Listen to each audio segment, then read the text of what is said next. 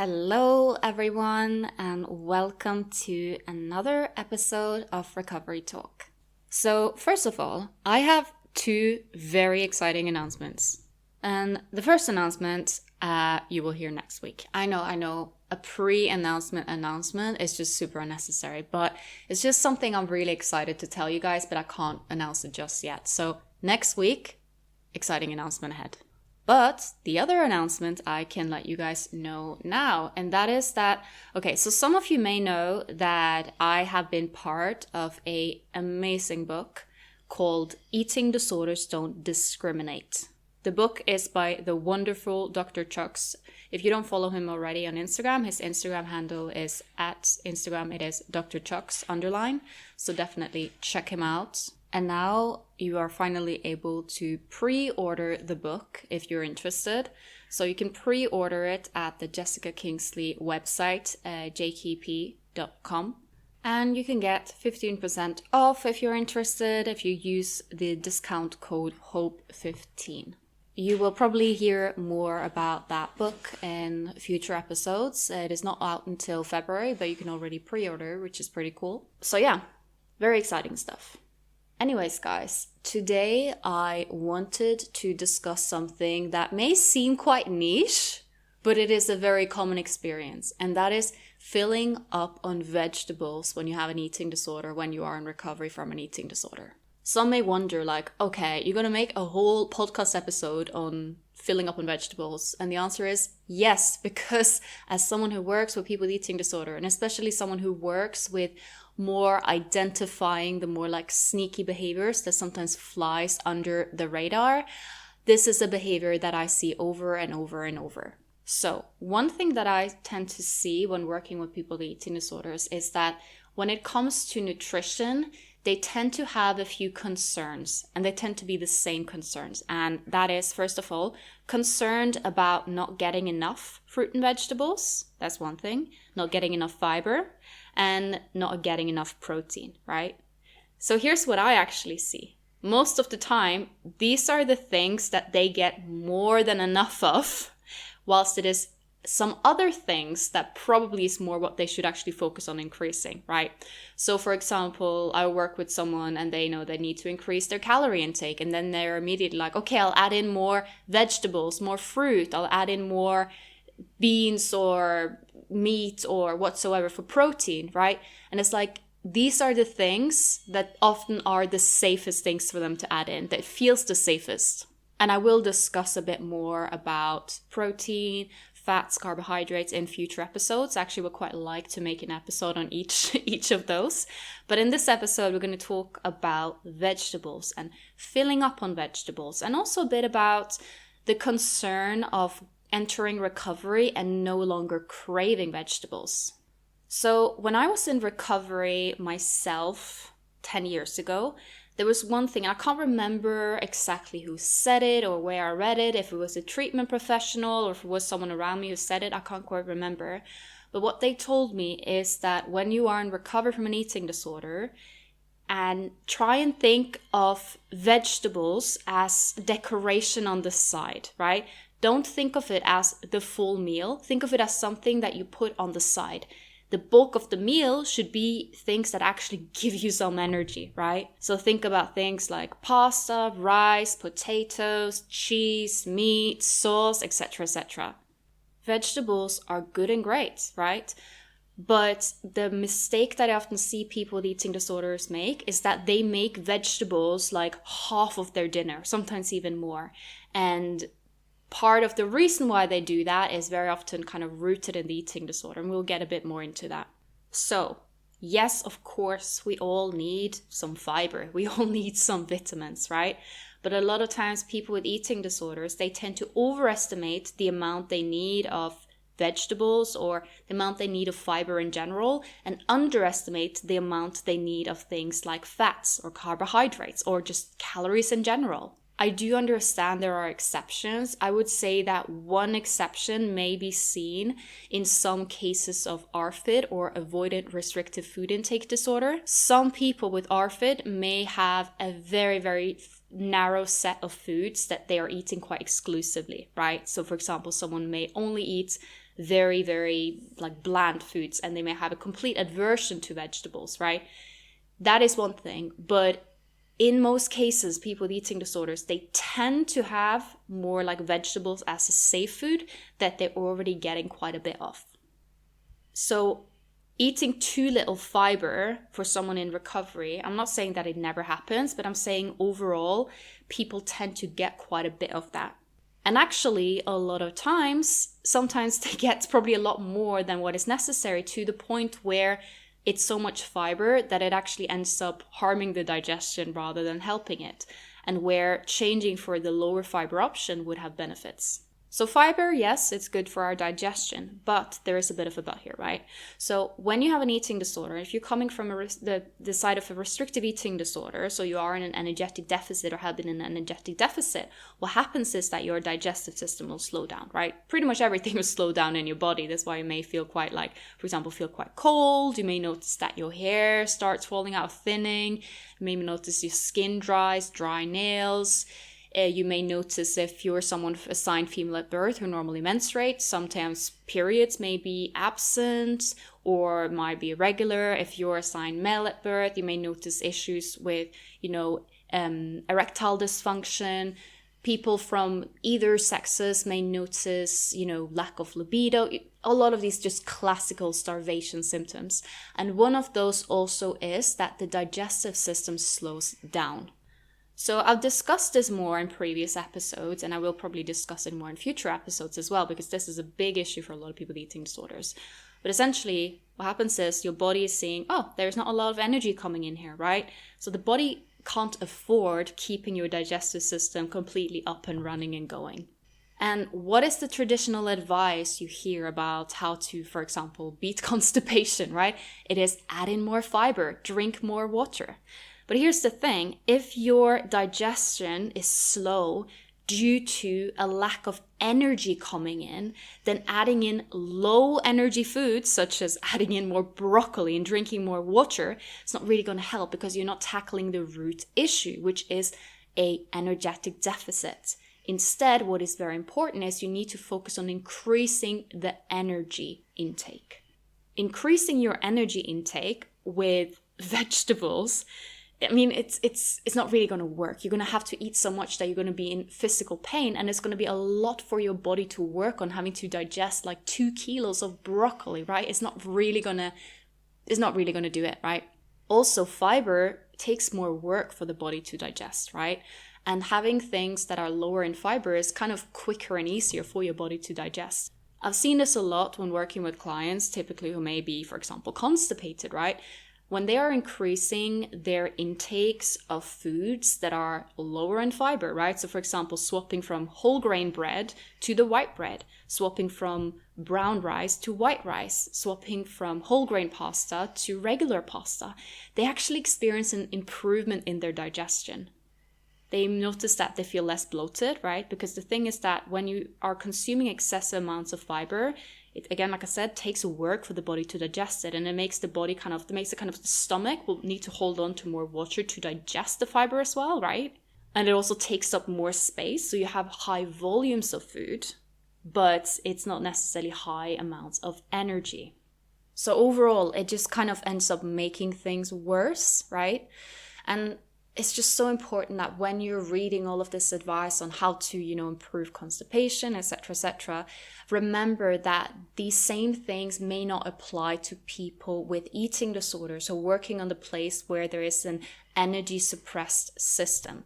This goes with so much health advice. So much health advice just doesn't apply if the underlying root issue is an eating disorder. This is why it's so important for advice to be more individualized rather than extremely generalized to a wider population, because there are so many individual differences. Yes, there are people who are constipated because they're not getting enough fiber, but if you're someone who's excessively consuming vegetables and drinking liters upon liters upon liters of water, then increasing those things are probably not going to help. If anything, decreasing and instead, focusing more on, instead of chugging down liters and liters of water, focusing on drinking milkshakes and juices and something with energy. And instead of eating tons of vegetables, maybe instead have pasta, have more rice, right? Have more white grains.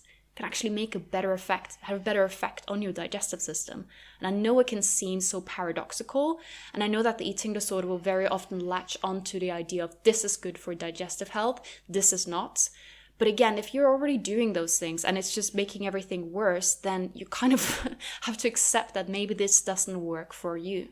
So when it comes to excessive vegetable consumption, a very common thing that is at play, that is often kind of glossed over a bit, is that it is about getting as much food for the calories as possible.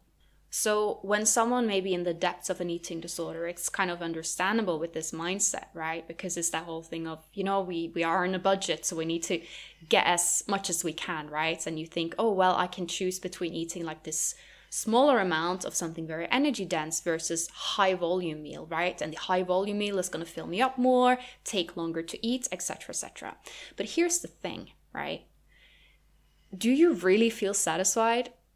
Do you really feel satisfied? You may feel physically full, like your stomach is stretched, but genuine fullness is very different from just a stretched stomach. You are going to feel a very different kind of fullness if you had a large bowl of a creamy pasta dish versus a large bowl of boiled vegetables, right?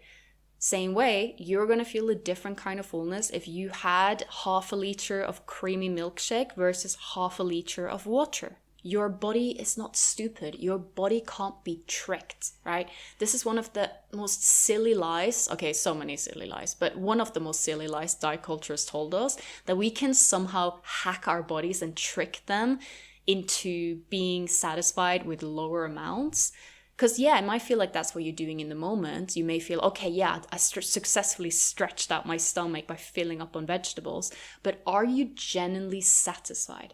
Because the people that I work with that have these behaviors, they will say, well, I think about food all the time. I fantasize about food. I'm just thinking, when is my next meal? Is food, right? So you still have that strong hunger. It's just manifesting in a bit of a different way, right? And there is a bit of a self-fulfilling cycle here, right? A vicious cycle, you could say. So someone is going through an eating disorder, or even in recovery, this can happen. They are filling up on vegetables, and then they notice that they may feel physically full, but they don't feel satisfied. They're still thinking about food, and kind of almost like when they're eating, they don't want the meal to end. And then this reinforces the idea that they have to eat this way because they're somehow impossible to satisfy. Like they're thinking, my hunger cues are broken. I never feel full anyways, so I need to fill up on vegetables, right? Instead, of course, the better strategy would be to be like, hey, the way I'm eating is not really satisfying me. So maybe I should take that as a sign to eat a bit differently, to instead eat things that are higher in fats, higher in carbohydrates, higher in energy. So can you see how the vicious cycle then happens, right? You are filling up on low energy foods, so for example, vegetables. As a result, you may feel full but not full. You're then interpreting that as you are fundamentally like a bottomless pit or greedy, and then you're taking this as evidence as you actually have to be careful when you're eating. You can't eat the energy dense foods because you can't control yourself around them, right? So then it becomes this almost like this, it reinforces itself. And when working with clients, this is like one of their biggest aha moments when they realize that, oh, actually eating more energy dense foods, eating more fats, more carbohydrates, it satisfies me in a different way. And then it's like, oh, okay. So again, don't confuse a stretched stomach with fullness, right? And don't get me wrong, that can also be part of it, right? Sometimes if I have a nice big meal, I'll feel that physical fullness and that'll be part of it, but it's just one small part. There's a difference here, right? Because if it was that simple, we could just drink water and be full, right? It doesn't really work. It may feel like you trick something in the moment, but over time, that food obsession, that hunger is just going to be there constantly. And when it comes to eating disorder recovery, one of the most important things to do, there are a million important things to do, but one very important thing to do is stop being at war with your hunger and stop trying to trick your hunger in terms of feeling like your hunger is some kind of scary monster that you need to suppress or something that you need to hack somehow, right? Because this is just going to create more issues. So I believe this thing of filling up to get more out of the food, to get more, more volume is very, very common factors, alongside what I said with, this, I might mention it a bit, this concern that eating any other way is somehow unhealthy, right? That, oh yeah, but vegetables are good for you, therefore it must be like half of my dinner portion. Like, come on. It is also completely okay to have a dinner that's literally a bowl of pasta, right? So a lot of times when we see people in eating disorder recovery, they get some nutritional guidelines. Maybe they find some online, or maybe they have a well-intentioned dietitian that will give them some kind of guideline, like, okay, your dinner plate should be 1/4 this, half this, quarter that, right? And don't get me wrong, I think when someone comes from the state of being extremely restrictive, maybe they are used to feeling like 3/4 of their plate with vegetables and using no sauce, no carbohydrates. I do understand that getting some rough idea that, hey, actually, you need to use some carbohydrates, some sauce, I think it can have some useful effect for some people. But I think for a lot of people, what they hear is, this is how I have to have my plate, how I have to structure every meal, or I'm doing something wrong, I'm eating the wrong way. And this can mean that someone may be terrified of dinners that, for example, don't contain any vegetables. And then they remember, but my dietitian said that vegetables should be maybe 1/4 of my plate, or whatever the dietitian said. And then they need to have every meal that way. And what is essentially was just intended as a guideline to make sure that you're not filling up half your plate or 3/4 of your plate, which is vegetables, when you are in recovery from an eating disorder, instead becomes a rule that you can't break. And then things like going out having pizza or having lasagna or any other meal that's not necessarily like vegetable based becomes difficult. Or you may be that person when you're ordering pizza, you're like, oh yeah, can I get a salad as well? And then I remove some of the pizza so there'll be salad there, so it's perfectly structured. That is not really being recovered. So I just want to remind you that, like I said, it's okay to have a bowl of pasta. It's okay to literally just have some cup noodles, right? Not everything needs to have like this amount of protein and needs to have this amount of vegetables. It is okay to change it up a bit, right? And your hunger will regulate.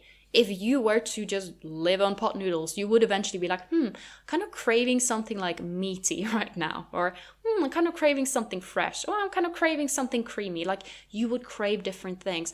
But that will only happen as you actually allow yourself to have those things, right? And when you are restricting yourself, of course, then what's going to happen is that the things that you're restricting are going to be the most exciting. And as a result, you may, for example, have your dinner and you find that the vegetables is just, it's not really that exciting. It's just the sauce that you've been normally restricting yourself from, or the potatoes that you usually would have eaten broccoli instead, right? That becomes the most exciting part. And this can also, for some people, reinforce the idea that they always must control themselves a bit around those foods. But again, it's restriction that creates that. I think I may have mentioned this in a recent episode, or maybe I'm making it up. But so I had a similar experience, just a bit of the other way around, when I recently had my wisdom teeth out and I couldn't eat any crunchy foods. And I just had to eat soft foods. I was literally living off of like mashed potatoes, chocolate pudding, etc., etc. And by the end of that healing time, when I could kind of finally start going back to eating a bit more like crunchy foods, I was so excited to have a raw carrot, right? Because I had not been able to have those foods. I was really craving just a fresh raw carrot. But trust me, when I was in eating disorder recovery and the raw carrots was like a thing that was more like a safe food, all I could think about was the mashed potato or chocolate pudding. These kind of foods would have been like up there on a pedestal. So it's the things that you're restricting yourself from that would become most exciting. It is also, that's the thing, like your body will tell you what it needs, right? So in my case, my body was like, hey, carrot could be good now, right? And this is the thing, right? When you are in recovery from an eating disorder, the priority has to be correcting that energetic deficit. And it's very natural then that your body would kind of want foods that are more like energy dense and easy to eat, easy to kind of can eat quite a bit of it. That is natural, that's what your body's going to crave. And then eventually you may notice that your body starts craving more different things. You can't expect, if you're someone who is quite undernourished, you can't expect to just only crave vegetables. And if you are, I would probably question a bit if this is your eating disorder kind of telling you, oh, this is what I like, this is what I crave. And I know this can be a tricky one because a lot of people with eating disorders, they will eat a lot of vegetables and then they almost got a bit used to eating that way. And then they would think, oh, I'm someone who loves vegetables, so I should never challenge this, right? It's just a preference. And don't get me wrong, it's fine to have preferences. Some people are more into vegetables than others, that's fine. But I would also say if challenging those preferences gives you anxiety, that suggests that, hey, there is something here we should push on. An example that I sometimes use is that I don't like olives. I just don't think they're good. I really wish I did, because I think eating them looks so cool, when you're just having like olives, and yeah, it looks like good vibes, but I just don't like them. But the thought of challenging myself to have some olives doesn't scare me. It's not like challenge wouldn't even be the right word. But if I were to eat olives, it wouldn't scare me. Several times I've been like, maybe I will like olives now, and I've tried some. It's never been something that gives me anxiety or stress. It's just like, I don't like it, right? So be a bit mindful if there is anxiety and resistance towards having something different. It's a bit of a red flag, right? And you may find that as you are allowing yourself more different foods, you realize that, okay, this is an eating disorder preference, this is a me preference, right? You may find that, yeah, I might be someone who's enjoying vegetables, but I also really like, having some pasta and rice, right? So you find your preferences a bit through actually allowing things. Because of course, what tends to happen sometimes is that you have a few set of safe foods and kind of get used to those safe foods, and you associate them with like less stress levels. So you may find that you naturally gravitate more towards them. And also when it comes to vegetables, right? Be mindful this is a red flag, if the way that you prepare vegetables are in like the lowest energy way possible. So if you're someone who's like, you generally just love vegetables, yeah, but try and prepare them, maybe use more oil and butter and creamy sauces. So instead of just having some plain, cauliflower, have like cauliflower cheese, right?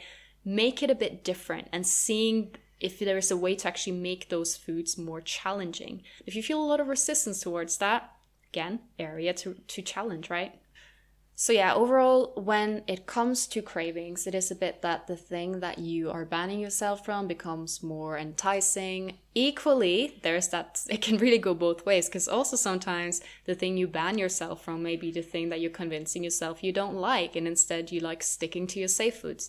And also habit can play a role here. So you may just have a habit of you eating kind of the same dinner and it contains lots of vegetables and you just don't really think about it, or you're using like canned tomatoes instead of a creamy sauce, right? And you just think, you don't even really think about it. It becomes so automatic.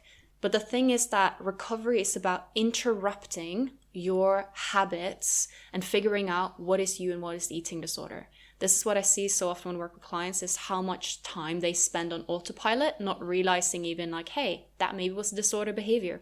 And that's the type of behavior that, kind of like the other things I explained a bit earlier, behaviors that slide a bit under the radar, right? You go to a psychologist, they don't necessarily ask you, how do you prepare your vegetables? How much butter do you use? I mean, some do, I would hope, but a lot of times people just think, oh, you're eating. Oh, that's fine. You're good, right?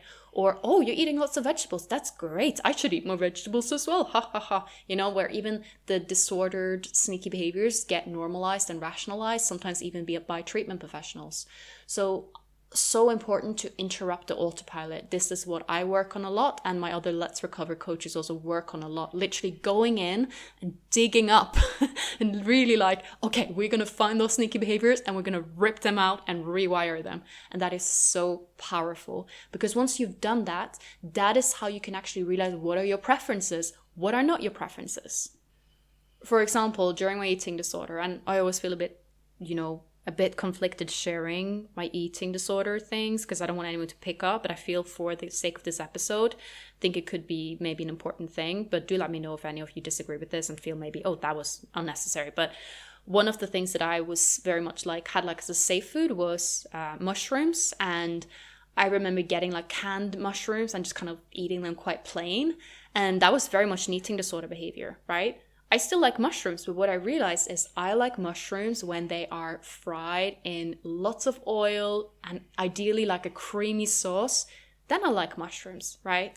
So can you see how a safe food can be also sometimes be a fear food when it's prepared differently, right? So it's not necessarily that food is exclusively an eating disorder food, or that food is exclusively like a recovery food. Sometimes it is the way it's prepared.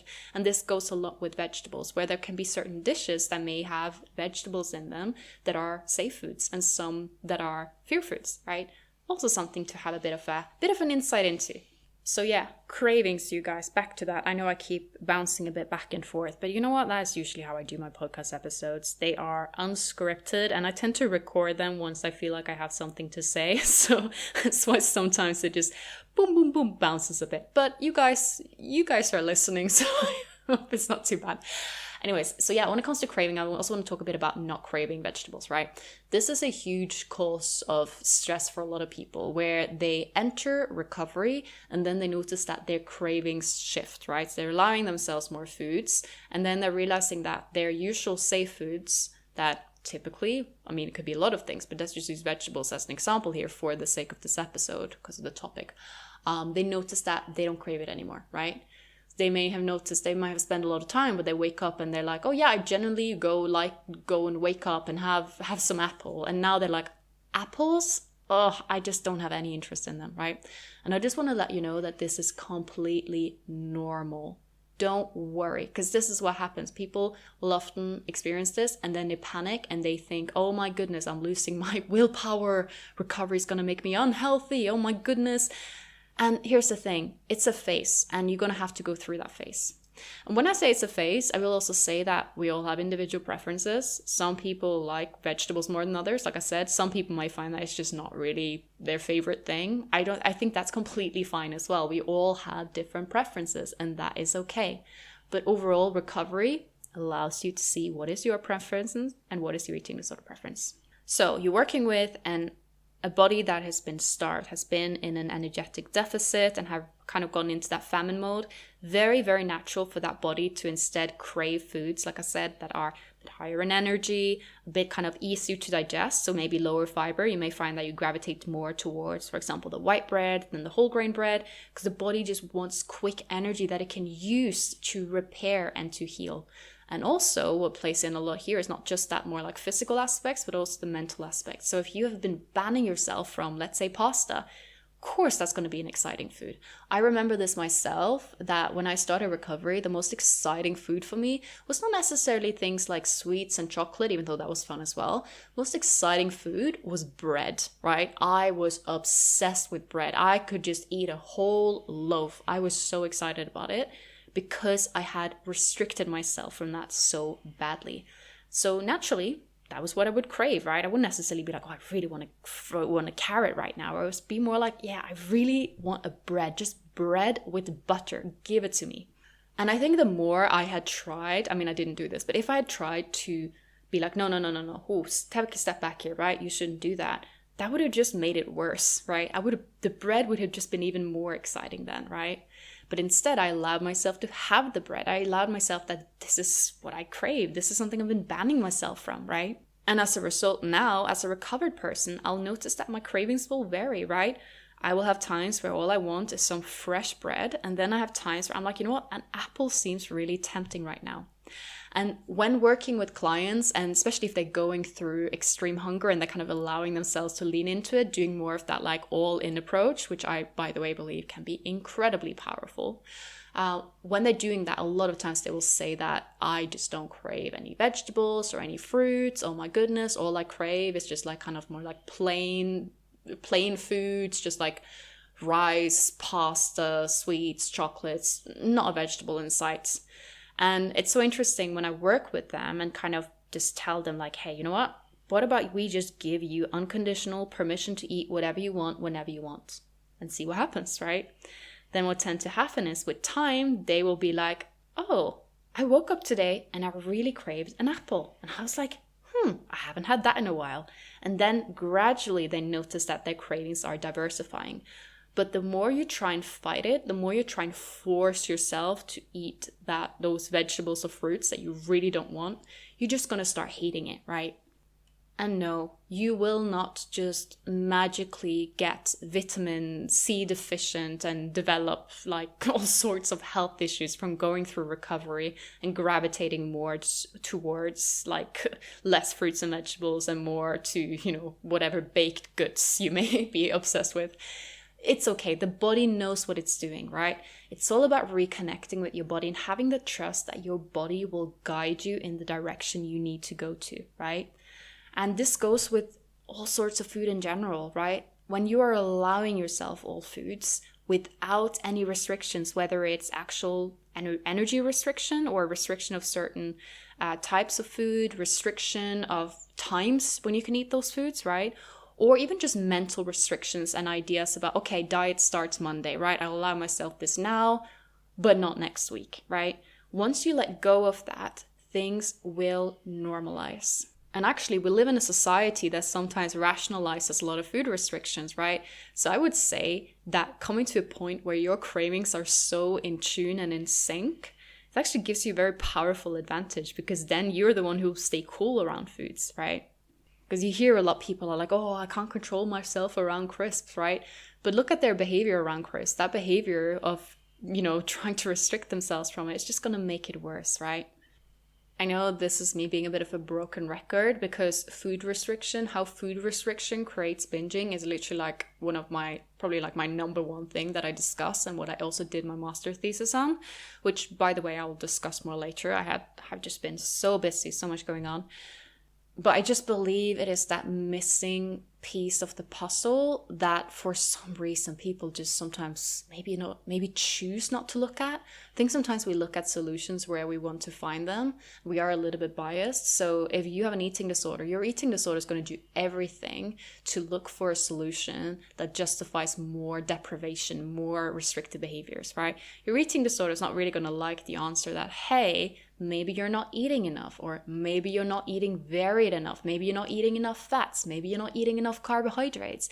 Your eating disorder is not going to like that. Your eating disorder is going to be like, no, actually, sugar is addictive and you're a sugar addict. That's why you keep thinking about cake all the time and why you can't control yourself around it. And it'll find all sorts of trying to gather all this evidence that this is true, even though the science when it comes to so-called food addiction and so-called sugar addiction is pretty clear. We see these behaviors, these addictive-like behaviors, when there is deprivation. So attempting to solve this without addressing that deprivation, it's not really going to work, is it? It will be like taking a sleep-deprived person and analyzing, okay, could it be that they're tired because finding a million different reasons why they may be tired when they're actually sleep-deprived? Wouldn't it be better to just let them sleep, right? It's so simple, yet it is something that gets complicated a lot, even within this treatment system, right? And that can confuse people a lot, right? Because you're experiencing feeling quite hungry and you want to listen to your body, yet you get all of this messaging that no, we need to hold back, right? So be mindful of what I tend to call the broccoli trap, which sounds a bit silly, but it is basically referring to people who are endlessly filling up on vegetables when they would actually really mentally and physically benefit from something that was a bit more energy dense and actually maybe not that high in fiber. And people who may be experiencing a lot of adverse digestive symptoms from excessively filling up on vegetables and giving what is essentially an energy deprived system a little bit too much to work with, right? Oh, the amount of times where I've heard from people where they have started actually eating more, let's say, white bread, white pasta, more actually, yes, believe it or not, processed foods. God, there's so much fear mongering around that, right? And they have noticed, my digestion is better. What on earth is happening? This is what should not happen according to diet culture, but it is what's happening, right? So be a bit mindful when you are reading a lot of dietary advice, that be mindful of how that could interfere with your eating disorder. And this will probably be something for a different episode, because this episode is getting very long right now, because I had a lot to say on this topic. But be mindful of the focus on gut health becoming another eating disorder, and the focus on needing to eat the perfect way for your gut, how that can actually become another eating disorder, right? That will be a different future episode, but I think this is something that's very important to talk about, because I've seen diet culture. Diet culture is always evolving. It is always trying to find a new way to kind of brand itself. We've seen it take over things such as body positivity. We've seen it take over intuitive eating. And now I've seen a lot of things about, optimize your gut health, do X, Y, Z. And it actually, when you really dig into it, you see that it actually is restriction, because they are essentially banning certain food groups, certain types of food, certain times of eating food. That is essentially restriction, right? So be a bit mindful of the rebranding of diet culture. And it is a bit like that thing of, if it walks like a duck, quacks like a duck. God, I don't know the rest of the expression. But, yeah, the point is, it's probably duck. So if it sounds like diet culture, if it acts like diet culture, but it says it's not diet culture, it's probably diet culture. Okay, guys, I hope you have an amazing week ahead, and make sure to tune in next week's episode where I will have a bit of an announcement for you guys. So yeah, see you guys then.